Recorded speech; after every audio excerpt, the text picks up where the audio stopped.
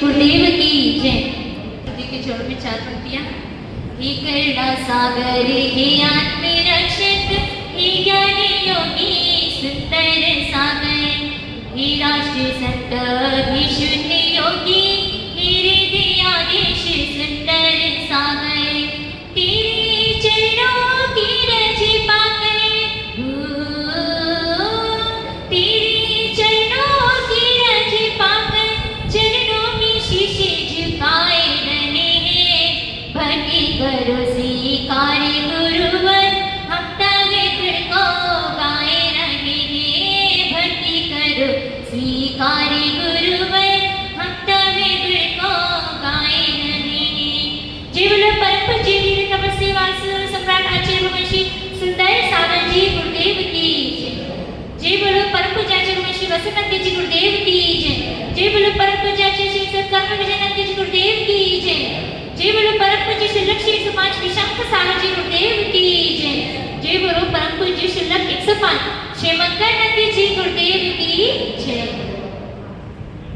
उत्तम मार्दव धर्म की जय। भव्य आत्माओं, उत्तम मार्दव धर्म, प्रथम दिन उत्तम क्षमा धर्म, जिसमें आपने क्रोध का शमन किया, क्रोध को छोड़ा। आज आपको मार्दव धर्म के लिए क्या करना है?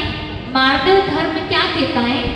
मार्दव धर्म ये कहता है कि हमारे अंदर जो मान कषाय बैठी हुई है, जो मान कषाय बैठी हुई है, इसका हमको क्या करना है?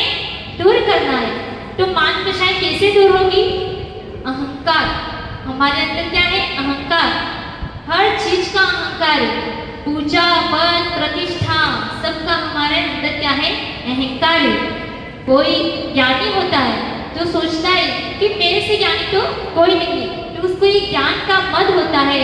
इसे आचार्य हमारे समंतभद्र स्वामी कहते हैं रत्नकरण शांकाचार में। समंतभद्र स्वामी रत्नकरण शांकाचार ग्रंथ में क्या कहते हैं? ज्ञान पूजा कुलम जाति बलम वृद्धि तपो वपो अष्टावार्षिक मादिक्रम स्मय बाहुर गतस्मय। ज्ञान पूजा कुल जाति बल वृद्धि तप और शरीर, ये 8 प्रकार के मद होते हैं। व्यक्ति इस 8 प्रकार के मद को करता है तो उसका क्या होता है? पतन होता है। जो भी व्यक्ति अहंकार करता है तो उसका क्या होता है? पतन होता है। और जो अहंकार को छोड़ करके नमोकार मंत्र का जाप करता है वो पद को प्राप्त करता है। जो भी व्यक्ति अहंकार, अहम के पीछे जो कार शब्द लगाया है, जो अहम के पीछे कार शब्द लगा है, उसको छोड़ना है आपको, अहम को नहीं छोड़ना। अहम तो क्या है? अपनी आत्मा का स्वभाव है, तो आप उसे छोड़ना चाहे तो भी नहीं छोड़ सकते। तो आपको क्या करना है? अहम के पीछे जो कार शब्द लगा है उसको छोड़ना है। तो क्या ऐसे ही छूट जाएगा ये कार शब्द? उसके लिए आपको क्या करना होगा? चाहे कोई आपकी प्रशंसा करे तो आपको क्या करना है? फूलना नहीं है। कोई आपकी निंदा करे तो आपको क्या करना है? क्रोध नहीं करना है। अक्सर देखा जाता है लोग क्या करते हैं, अगर कोई किसी की 2 ऐसे मीठे मीठे बोल करके प्रशंसा कर लेता है तो क्या होता है?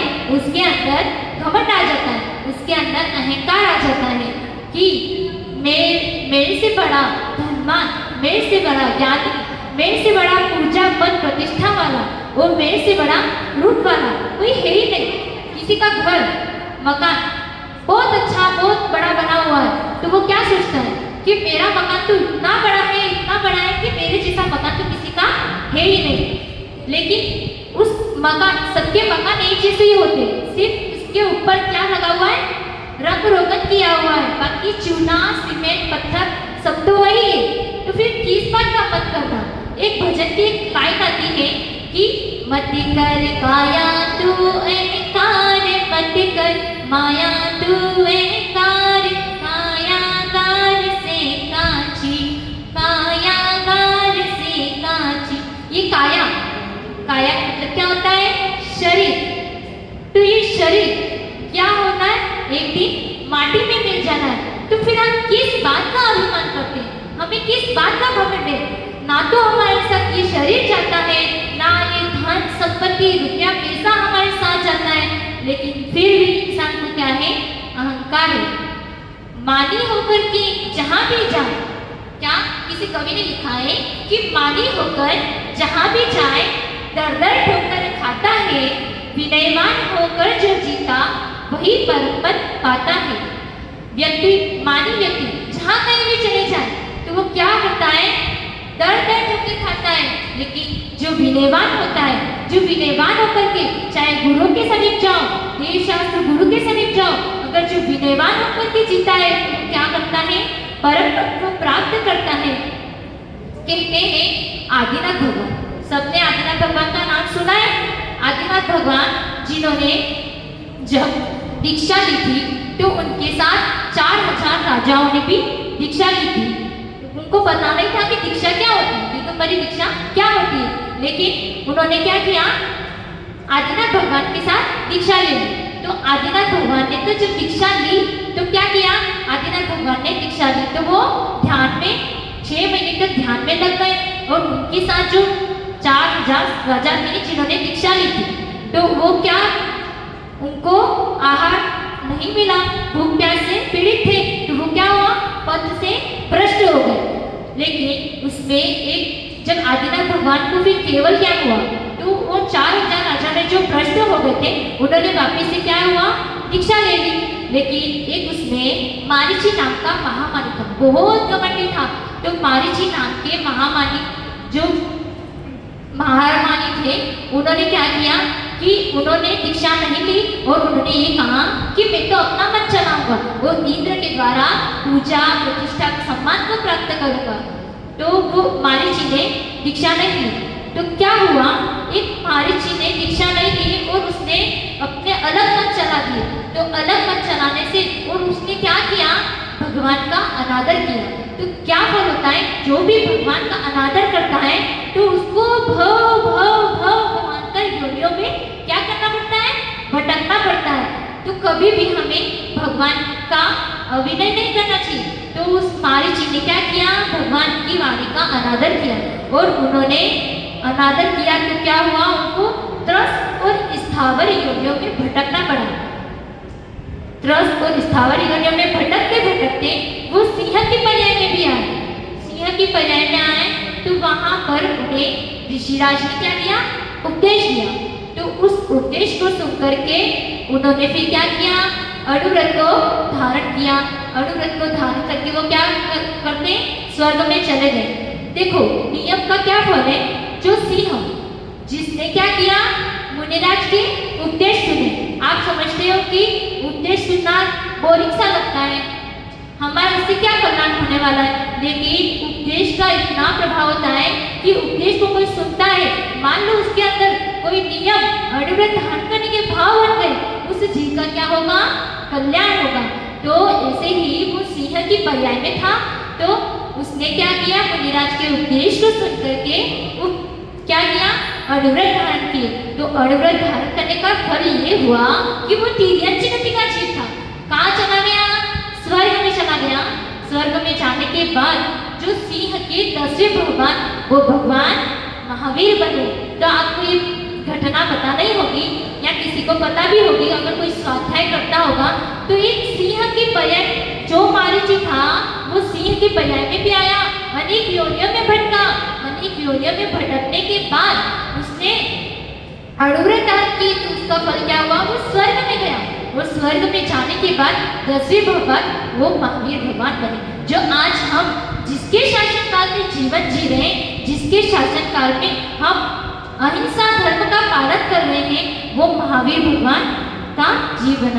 तो ये है, तो ये व्यक्ति क्या करता है? जो भी अहंकार करता है तो उसका पतन होता है, और जो अहंकार करता है वो निश्चित ही नरक की यात्रा करता है, और जो परमात्मा को पाना चाहता है तो उसे अहंकार को छोड़ना जरूरी है, क्योंकि ये मार्दव धर्म हमें यही सिखाता है।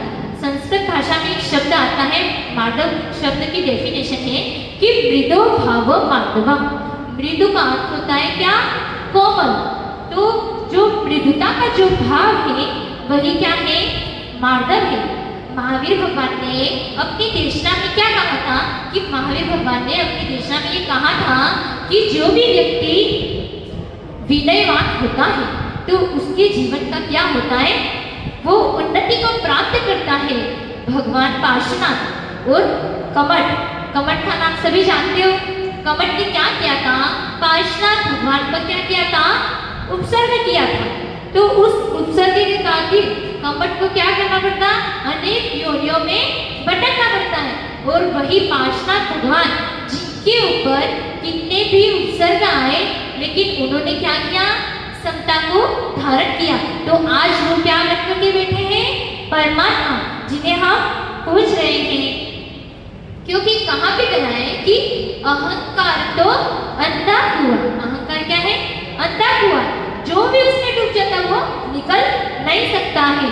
अहंकार तो अंधा कुआं है, जो भी उसके अंदर डूब जाए वो निकलने वाला नहीं है। इसलिए आपको यही समझना है कि ये मार्गल धर्म हमें यही सिखाता है कि हमें मान नहीं करना है, हमें मान बजाय का क्या करना है, शमन करना है, हमें अहंकार को छोड़ना है। एक बार की घटना है, एक मांगी बाई नाम की गुड़िया थी। तो वो क्या, उसका अंतिम समय था। तो बेटे ने पूछा कि माताजी आपकी अंतिम इच्छा क्या है। तो माताजी ने कहा कि मुझे मंदिर में दर्शन करने जाना है। तो बेटे ने कहा चलो मैं लेकर के चलता हूँ। बेटा उसको मंदिर लेकर के चलता है। वो मंदिर में भगवान के दर्शन करते हैं। दर्शन करने के बाद जब वापस निकलती है तो उसे सीढ़ियों पर उसका नाम लिखा होता। जो मांगी बाई, पहले उसने कहीं बोली ली होगी तो मांगी बाई उसका नाम लिखा होता, लेकिन मांगी बाई के स्थान पर क्या लिखा था, मानी बाई लिखा था, जो उसके पड़ोसन में रहती थी। तो उस मानी बाई का नाम लिखा था। तो वो बेटे से कहती है, उसको वो 50 साल पहले की बात याद आ गई। तो वो बेटे को कहती है कि बेटा तेरे को एक ही काम करना है। क्या करना है, जो ये मानी बाई नाम लिखा है उसकी जगह आपको क्या करना है, मेरा नाम लिखना है, क्योंकि मेरा नाम लिखा हुआ था। तो व्यक्ति देखो नाम के पीछे जब पढ़ने वाला है फिर भी उसको किसकी पड़ी है, नाम की, कि मुझे तो अपना नाम चाहिए, मेरा नाम कहीं खो ना जाए, मेरा नाम हर जगह लिखना चाहिए कि मैंने इस जीवन में क्या किया। तो वो मांगी बाई ने भी ऐसे ही अपने बेटे को कहा कि मेरा नाम लिख देना। तो यही हमारी स्थिति है। कोई आपसे कहे, कोई साधु संत आपके यहाँ पे आते हैं और आपसे कहते हैं कि आपको आप दादी अम्मा बन गई हो, यानी 60-70 साल हो गए, तो आप तो संयम को धारण करके अपना जीवन यापन करें। तो आप क्या कहते हैं, आप अच्छे से कह देते हो महाराज जी से, गुरु महाराज से कह देते हो कि नहीं नहीं महाराज जी, अभी तो मेरे बहुत सारे काम बाकी है, अभी तो मेरे पौधे पोतियों को देखना है, अभी तो मुझे ये करना है वो करना है। अगर मैं नहीं होगा तो मेरे बिना क्या होगा, मेरे बच्चों का क्या होगा। ये ऐसा ही कहते हैं ना कि मेरे बच्चे का क्या होगा। तो क्या है ना, आपके चले जाने के बाद किसी का गुजारा रुक जाएगा क्या। ये संसार का ये क्रम है कि जो आता है वो जाता है, लेकिन हम अपने अंतिम समय तब भी इस बात को समझ नहीं पाते। जानते तो सब कुछ है लेकिन समझना नहीं है।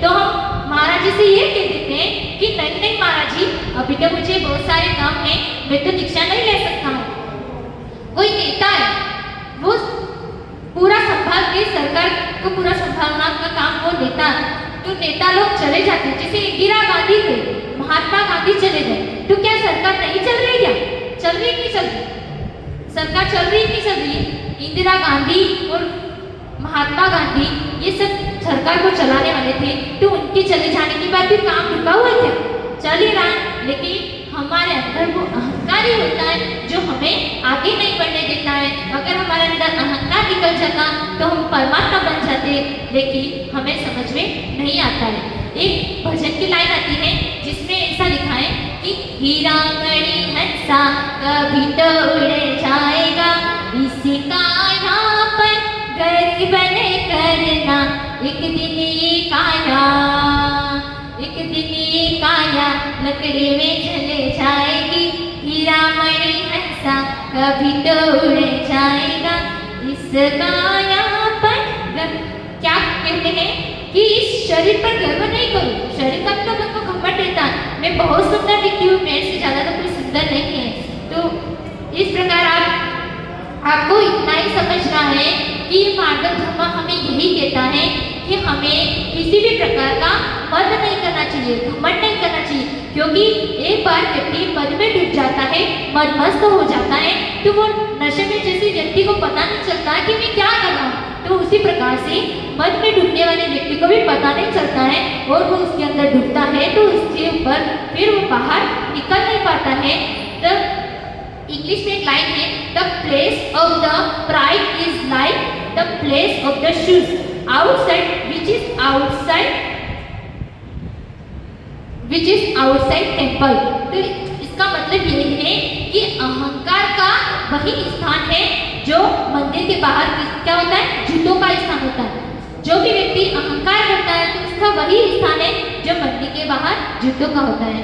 तो बस मैं आपसे इतना ही कहना चाहती हूँ कि आज मार्गव धर्म को के दिन आपको इतना ही समझना है कि हम अपने जीवन में किसी भी प्रकार का घमंड मत अभिमान नहीं करें।